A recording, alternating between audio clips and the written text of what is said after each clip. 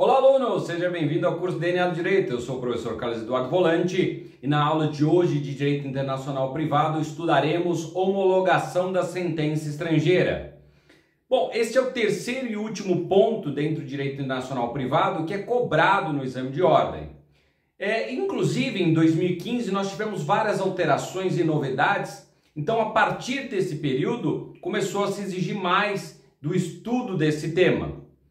Vamos estudar. Primeiro, onde nós devemos buscar essas normas? E aí é que começa o nosso problema, porque existem diferentes fontes para trazer as normas de homologação de sentença estrangeira. Primeiro, na LINDB. Segundo, no Código de Processo Civil. E terceiro, no regimento interno do STJ. Vamos olhar o slide para dispor aqui quais são essas normas. Então, entre os artigos 15 a 17 da LINDB, artigos 26 e 27 do Código de Processo Civil, artigos 960 a 965 do Código de Processo Civil e artigos 216A a 216N do Regimento Interno do STJ. Bom, em relação à LINDB, ela é a mais antiga, da década de 40 a LINDB, mas ainda assim os dispositivos que estão lá são aplicáveis, com exceção de uma pequena alteração que nós tivemos, porque ali faz menção de que a homologação será processada no STF, no Supremo Tribunal Federal, e isso foi alterado. Hoje, a homologação da sentença estrangeira ocorre no STJ, no Superior Tribunal de Justiça, e não no STF. Mas o texto da LINDB ainda consta o texto antigo, mas isso foi alterado inclusive pela Constituição, então a competência não é mais do Supremo, e sim do Superior Tribunal de Justiça. O CPC trouxe então, como eu falei para vocês, novas regras, em dois pontos diferentes, no artigo 26, 27 e 960 e seguintes do CPC. Trouxe várias novidades para explicar o funcionamento da homologação de sentença estrangeira.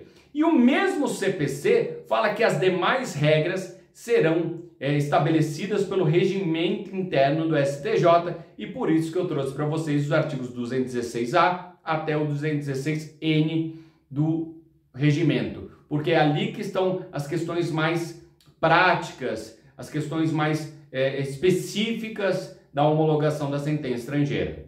O primeiro ponto importante para que vocês saibam é que no modelo brasileiro nós não discutimos o mérito da sentença estrangeira. Não queremos saber se ela foi bem aplicada ou mal aplicada, isso não nos interessa.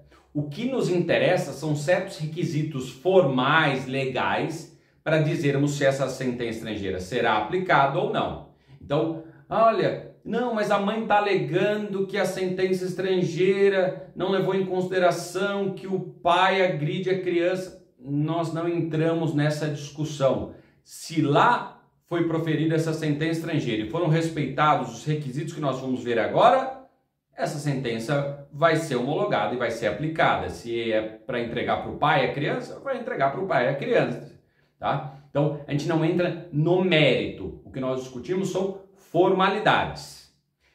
Bom, vamos ver essas formalidades, que é uma compilação desses dispositivos legais que eu mencionei agora para vocês. Vamos para o slide e ver esses requisitos. A decisão estrangeira deverá, primeiro, ter sido proferida por autoridade competente. Se vocês se lembram de aulas passadas que nós falamos de limites da jurisdição nacional, o artigo 21 e 22 do Código de Processo Civil estabelece as hipóteses em que a ação pode ser proposta no estrangeiro.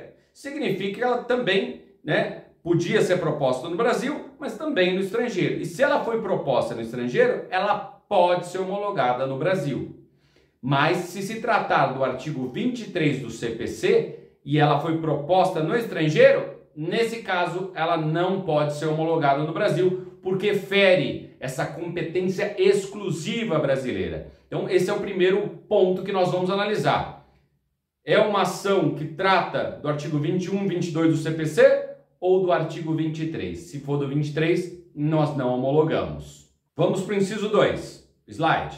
Conter elementos que comprovem ter sido as partes regularmente citadas ou ter sido legalmente verificada a revelia. Isso é uma questão importante dentro do modelo constitucional e processual do Brasil, né? A citação válida é importante, é o direito à ampla defesa e contraditória. Então, se a parte não foi citada e mesmo assim ela foi julgada, ou então se foi verificada a revelia dela, ela foi citada, mas não apresentou defesa, tudo bem, ela fez uma escolha. Mas tem que ficar demonstrado que a parte foi citada regularmente, que não ficou ofendido a ampla defesa, o contraditório, ou que se ela foi citada e não apresentou defesa, foi por uma opção dela, e não que a gente, ou que no país estrangeiro, impediu ela de se defender. Então, este é o segundo requisito. Terceiro, estar acompanhada de tradução oficial, salvo disposição que a dispense prevista em tratado. Então, como regra, esse documento vai ser traduzido por um tradutor juramentado, a não ser que exista algum tratado de reciprocidade que dispense isso, mas em geral exige a tradução juramentada desses documentos. Afinal, o STJ vai ter que apreciar, sei lá, um documento que está em mandarim e vai ser difícil. Então, eles precisam de um tradutor juramentado. É um processo caro, né, a contratação de um tradutor juramentado, mas é exigido para fazer essa homologação da sentença estrangeira. 4. Ser eficaz no país em que foi proferida. Ora, pode ser que a ação já tenha transitado em julgado lá, então ela já produz efeitos e aí pode ser homologada no Brasil, ou então ser uma decisão ainda interlocutória, uma decisão provisória, e nesse caso pode ser também homologada no Brasil. Não precisa mais do trânsito em julgado. Antes, no Código de Processo Civil, previa a necessidade do trânsito em julgado. Hoje, não necessariamente. Pode ser uma decisão provisória e a decisão provisória também pode ser homologada no Brasil. 5. Não ofender a coisa julgada brasileira. Nós vimos também no Código de Processo Civil de que pode existir duas ações idênticas, uma tramitando no Brasil e uma no estrangeiro, quando se tratar lá das hipóteses do artigo 21 e 22 do CPC. Mas, se a nossa ação transitar em julgado primeiro, aí essa estrangeira não poderá ser homologada, porque pode ofender a coisa julgada. Então, nessa hipótese, não se homologa se uma outra ação que discutiu as mesmas condições já transitou em julgado no Brasil. 6. Instruído com cópia autenticada da decisão homologatória ou do exequatur, conforme o caso. Então, é exigido que o consulado certifique que aquela decisão foi proferida no estrangeiro. Nós não temos como saber se aquela decisão foi proferida aqui no Brasil, no estrangeiro ou não, mas o consulado do país onde foi proferida essa decisão, ou a embaixada, tem essas condições. Então precisa certificar que aquilo foi realmente produzido pelo Poder Judiciário estrangeiro. Então, seja uma carta para dar execuibilidade a uma decisão ou para tornar essa decisão incorporada ao nosso ordenamento jurídico, precisa dessa certidão proferida pelo consulado ou pela embaixada. Uma novidade que já foi cobrada e pode ser cobrada novamente no exame de ordem diz respeito ao divórcio consensual. Vamos dar uma olhadinha no artigo 961 do CPC. A sentença estrangeira de divórcio consensual produz efeitos no Brasil independentemente de homologação pelo Superior Tribunal de Justiça. Olha só, temos uma exceção aqui, e é por isso que pode ser cobrado no exame de ordem, porque se houver um divórcio consensual, não pode ser litigioso. Litigioso precisa de homologação, mas se for consensual, não precisa de todo esse trâmite burocrático demorado da homologação da sentença estrangeira. Ele já produz efeitos no Brasil. Tá, professor, não precisa da homologação, mas quem que vai apreciar isso? Olha o parágrafo 6º desse mesmo artigo. Na hipótese do parágrafo 5º, que é essa do divórcio consensual, competirá a qualquer juiz examinar a validade da decisão, em caráter principal ou incidental, quando essa questão for suscitada em processo de sua competência. Então, se por qualquer razão entrar nessa discussão sobre o divórcio consensual, qualquer juiz, o juiz da causa, pode apreciar essa questão. Outro ponto importante a ser estudado sobre a homologação da sentença estrangeira são as medidas de urgência. Então, durante o curso do processo, surge uma medida urgente, e aí, faz homologação dela, não faz homologação? Vamos ver o que dispõe o código. Artigo 962 do CPC. É passível de execução a decisão estrangeira concessiva de medida de urgência. E aí, o parágrafo 1º. A execução no Brasil de medida interlocutória estrangeira concessiva de medida de urgência dar-se-á por carta rogatória. Então, se lá no estrangeiro foi proferida uma decisão liminar de urgência, não precisa homologar a sentença estrangeira para depois tornar ela execuível no Brasil. Basta uma carta rogatória.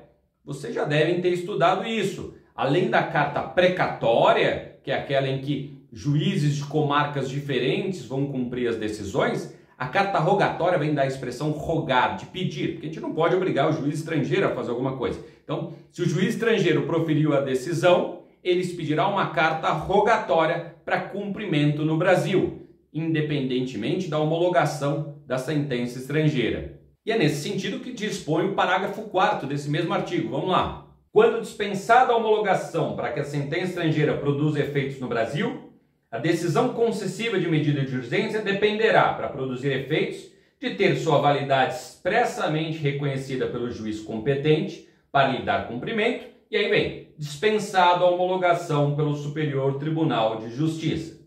E complementando também essa ideia, o artigo 960, parágrafo 1º, a decisão interlocutória, que é aquela no meio do processo estrangeira, poderá ser executada no Brasil por meio de carta rogatória. Então, a medida de urgência, uma decisão interlocutória, não precisa da homologação da sentença estrangeira, basta a carta rogatória. Ponto importante que consta na LINDB desde lá da década de 40 e também é reforçado pelo Código de Processo Civil e pelo Regimento Interno do STJ, é a questão da ordem pública. Vamos ler o artigo 17 da LINDB para entender este instituto. As leis, atos e sentenças de outro país, então se houver uma homologação de sentença de outro país, bem como quaisquer declarações de vontade, não terão eficácia no Brasil quando ofenderem a soberania nacional, a ordem pública e os bons costumes. Esse é o instituto, então, da ordem pública. Se afetar a nossa soberania ou essa ordem pública, não será homologada a sentença estrangeira.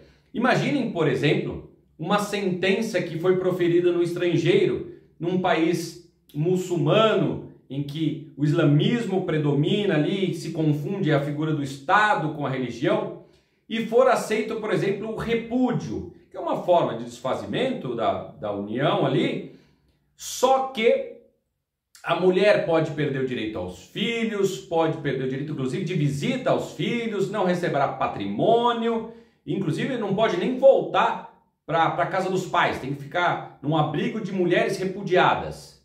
Então é um país, nem todo país islâmico adota isso, mas neste caso, no nosso exemplo, adota e aplicou essas sanções bem gravosas. Imagina que então vai ser executada essa ação no Brasil, vai ser homologada essa sentença estrangeira. Todos os bens vão para o homem, a mulher não vai poder ter a guarda do filho e não pode nem visitar os filhos. Será que a gente vai homologar essa sentença estrangeira?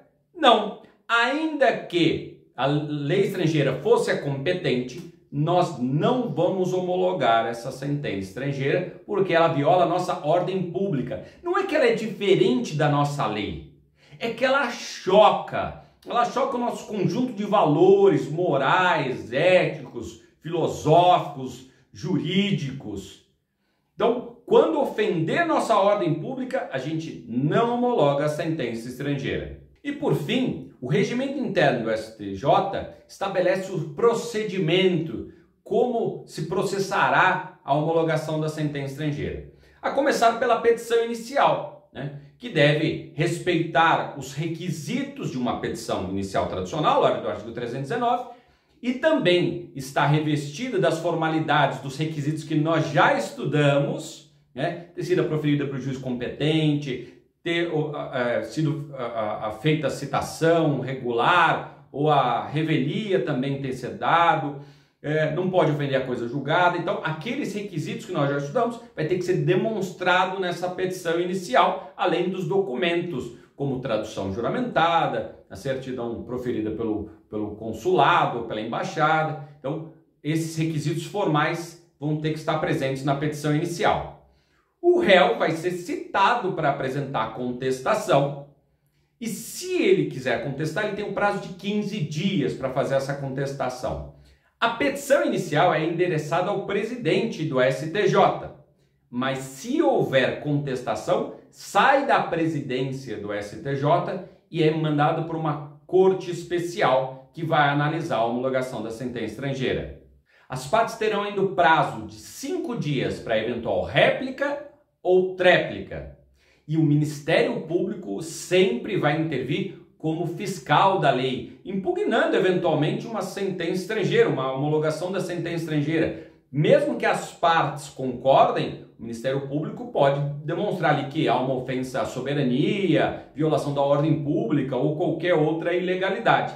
Então o Ministério Público participa disso. Das decisões do presidente do STJ ou do relator, quando houver a contestação e for enviada para uma corte especial, e aí será nomeado um relator, dessas decisões do presidente ou do relator, cabe agravo.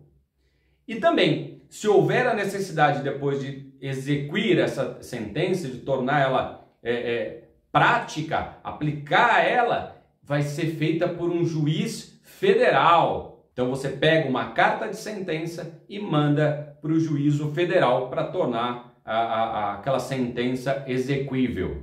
Bom, e com isso nós terminamos o nosso estudo de direito internacional. Boa sorte para vocês. Se tiver dúvida, enviem mensagem aqui pelo DNA do Direito que eu vou ajudá-los, tá bom? Até mais!